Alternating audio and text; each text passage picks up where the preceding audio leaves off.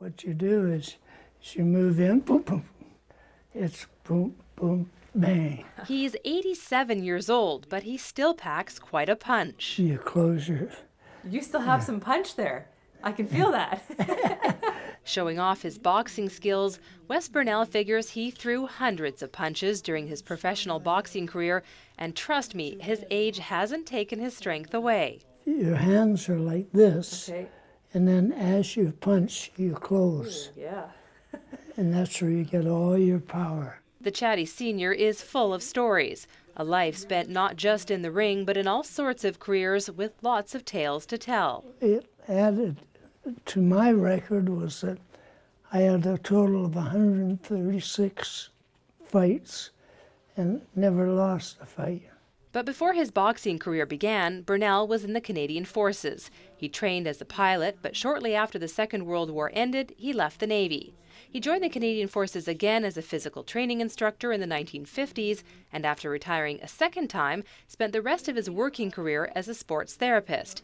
He worked for the Canadian soccer teams at both the Pan Am Games and the Olympics, and he worked with the Victoria Shamrocks and Cougars. He said, the boys, the lads, would be happy to have you here.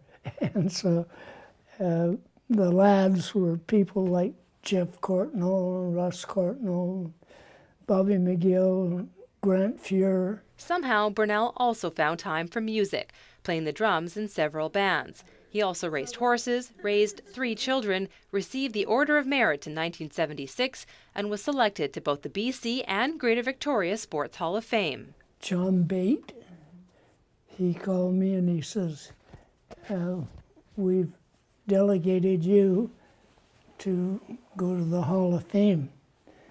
And so I says, me to the Hall of Fame? And he says, oh yeah, you've done enough. Needing more help with his care, Byrnell is now living here at Sunset Lodge in Victoria. The staff, the professional people, nurses, and their aides, they're really great, and they've got time for everybody. Sunset Lodge is run by the Salvation Army. It was built in 1979 as an intermediate care facility, and in 2003 started serving seniors with more complex needs. It's one of many facilities run by the Salvation Army and one that's serving an increased need. While we're not in the acute care sector as we once were, we still have a keen interest and have always had a ministry to the seniors. There are 108 residents at Sunset Lodge, and Jennings says they're always full.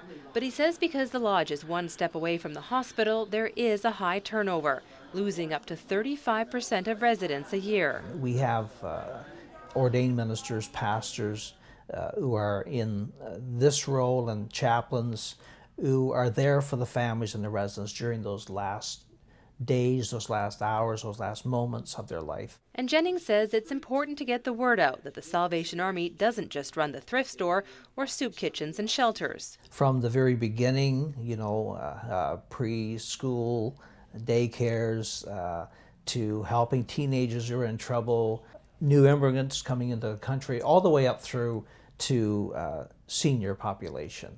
And with tasty soup and surroundings like this, Byrnell doesn't plan on going anywhere anytime soon. He's got a lot of fight left in him.